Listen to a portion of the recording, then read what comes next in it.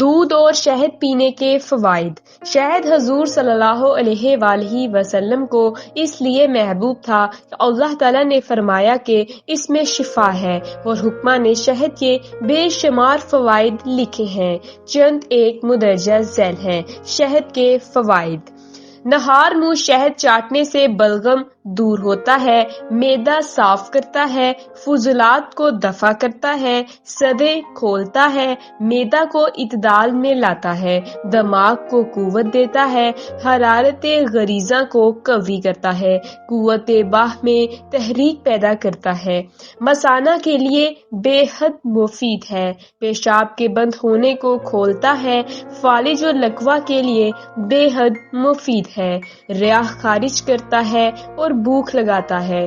شہد اور دودھ مختلف قسم کے پھولوں کا عرق ہے۔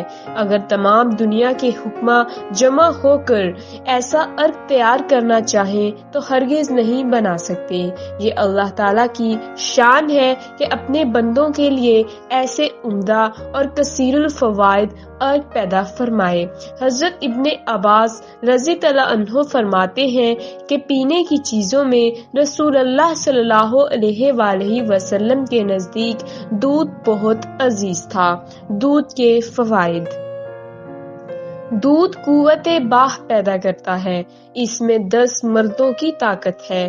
دودھ جلد ہضم ہو کر غذا کے قائم مقام ہو کر منی پیدا کرتا ہے، چہرے کا رنگ سرخ کرتا ہے، خراب فضلات کو نکالتا ہے، دماغ کو قوی کرتا ہے۔ اگر کمر یا جسم کے کسی بھی حصہ میں درد ہو تو نیم گرم دودھ میں شہد ملا کر پینے سے آرام پہنچتا ہے۔ اس کے علاوہ دودھ میں وہ طاقت موجود ہے جو باقی کسی دوسری غذا میں موجود نہیں ہے، لہٰذا اس کو اپنی زندگی کی غذا کا حصہ بنائیں اور صحت مند رہیں۔